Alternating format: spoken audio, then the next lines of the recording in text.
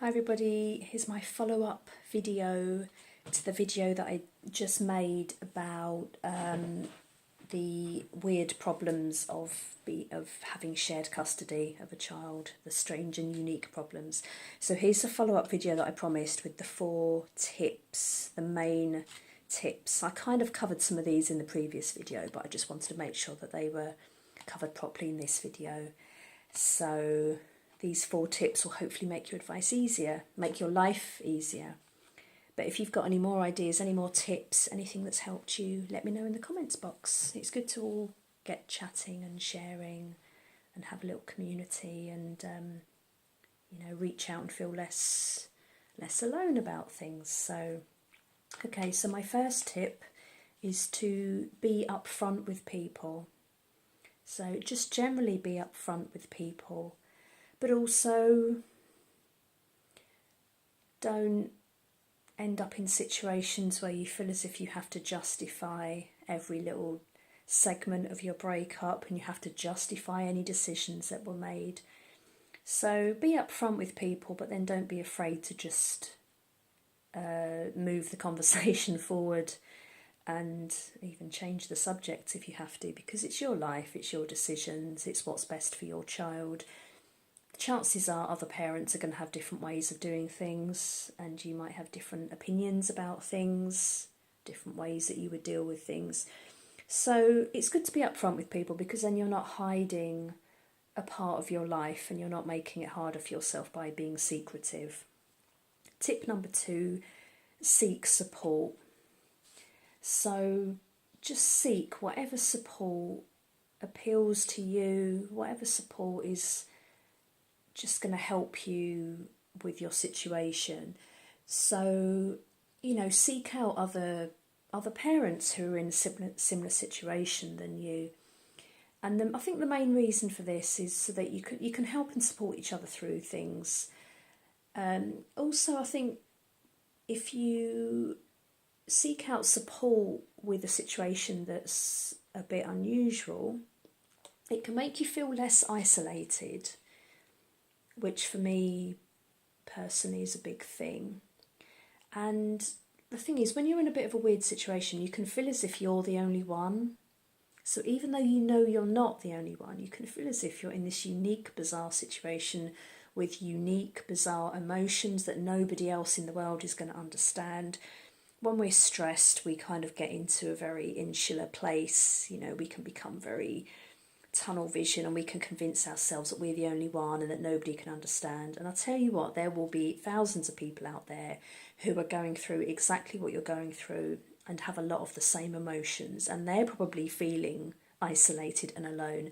So reach out to people, because it's like if you've got 10 people in a room and everyone's feeling lonely and nobody's talking to anyone else in the room.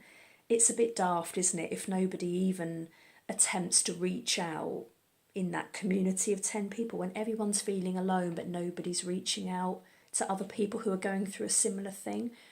And it can be that you make a huge difference to someone else's life by reaching out. You're helping yourself and you're being there for someone else as well. Tip number 3, be honest with your child about limitations. Now, obviously, this depends on the age of your child. If you're dealing with an 18-month-old, they're not really going to have a clue about what's happening.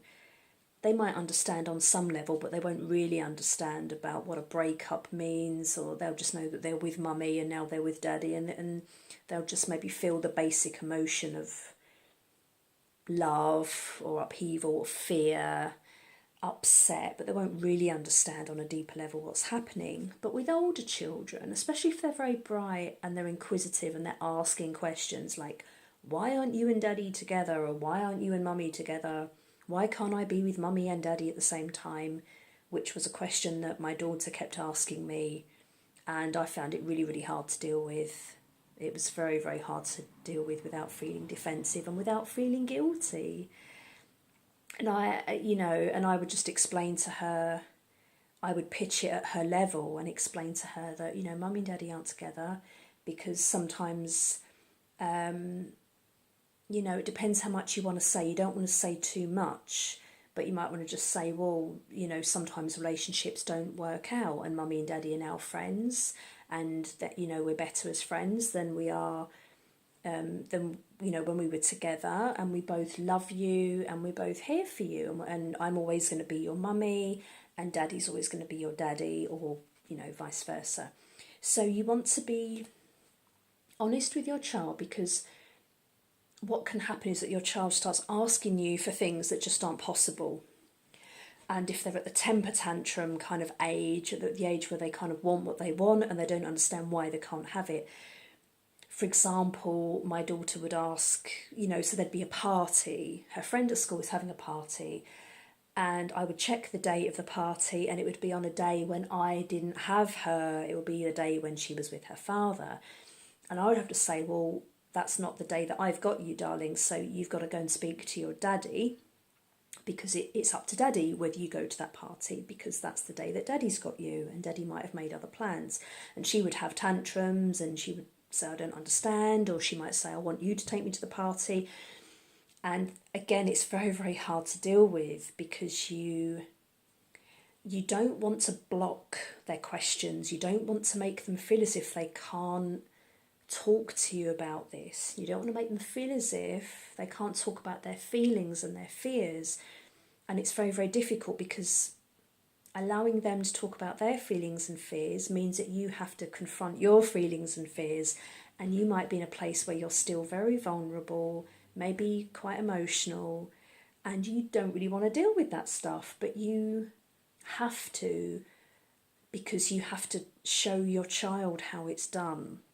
You don't want to be showing, you know, teaching your child that it's wrong to feel fear, it's wrong to get angry, it's wrong to feel upset. It's, you know, you don't want to be teaching them that, you know, this difficult thing is happening, but nobody talks about it. We all just brush it under the carpet, because it's a recipe for disaster. It's a recipe for, you know, emotional issues, maybe acting out, you know, possibly depression, anxiety, all kinds of emotional issues. So you want to be honest with your child, but pitch it at their level.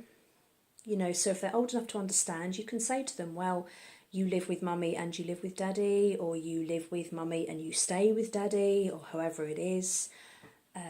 So you'll have a nice time with me, and then you'll have a nice time with the other parent, and, you know, and this is how it has to be. And so whoever has you on that day is the person who sort of makes the day-to-day decision.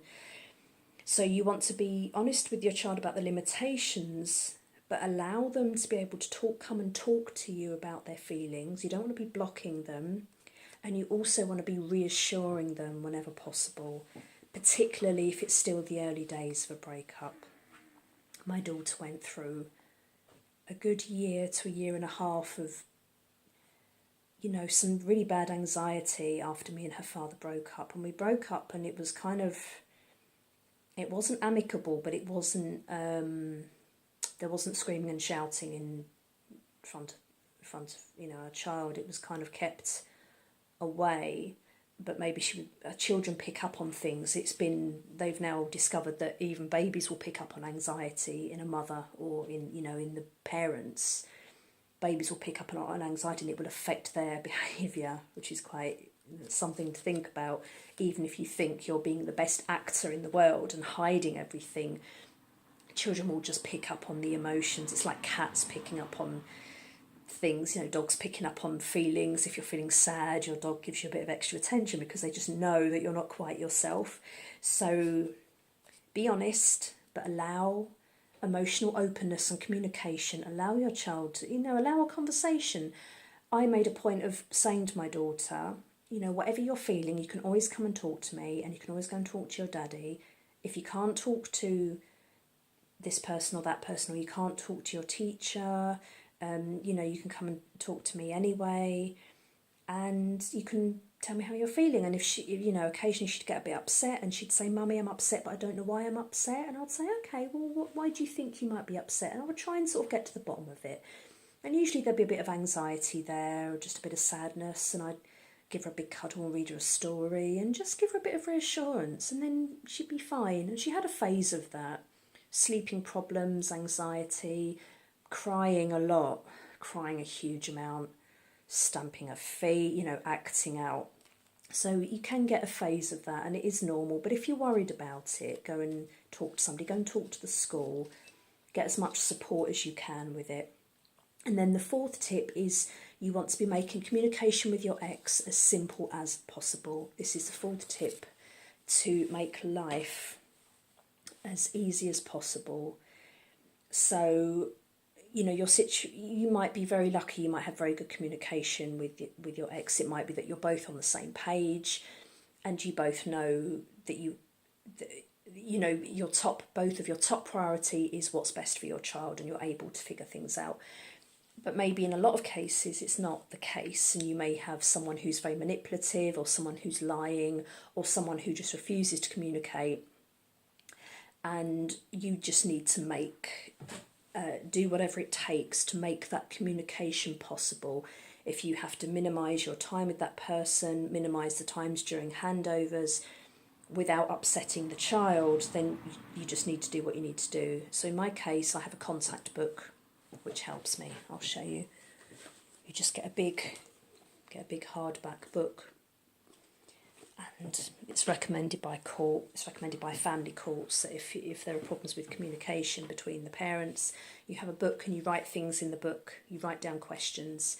So whenever we have a handover, if there's any issues, if she's had an accident, if she's fallen over, if she's had a big achievement, if she got really upset about something, if something unusual happened, it goes in the contact book, and then we both kind of tick it off and we put our responses in there as well. It just makes life easier, it takes the pressure off, and it means that it minimises the need for doorstep conversations, which in my case is something that's necessary. It might be the same in your case as well. So just do what's needed, basically. So to summarise, number 1, be upfront with people. Number 2, seek support in whatever way, whatever way is best for you, whether it's online support, joining Facebook groups, finding other communities, seeking out other mums or dads who are going through a similar situation, getting therapy even, so you've got somebody to talk to and process, because it can be a big trauma, it can be a big thing, a big upheaval, a change of circumstances. It can be a complete culture shock. It could be that you've split up with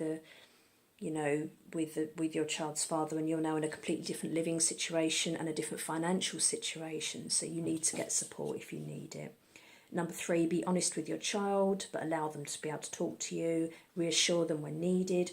Tip number 4, make communications as simple as possible. So I really, really hope this has helped people. I just wanted to put no-nonsense advice out there from someone who's been through it and someone who's found some, truths and some wisdoms and some tips that have helped. And I wanted to put these together to hopefully help some other parents who might be going through a very difficult time. And I think it is really, really hard to find down-to-earth advice about this kind of thing. I mean, there are charities like Gingerbread who offer good advice online, and they, I think they offer mediation and that kind of thing. And you can do mediation, but for mediation you have to both be willing to communicate and compromise, and you might be in a situation where the other person is completely unwilling to compromise, and so you're kind of dealing with the brunt of things on your own, or you can feel as if you're on your own. So I hope this video has helped. I will do more videos like this. So if you have any ideas, any aspects of parenting that you want some help or advice, or just have a bit of light shone on the problem, let me know. Leave me a comment in the comments box, or you can drop me an email. My email address is in my main description. Drop me a confidential email. I won't mention any names, but if it's something you want me to provide a bit of coaching on in a video and address what's in your email without mentioning names, I'm happy to do that. I'll be quite excited to do that. So let me know, and I'd love to help. I will catch you soon for another video. Cheers, everyone.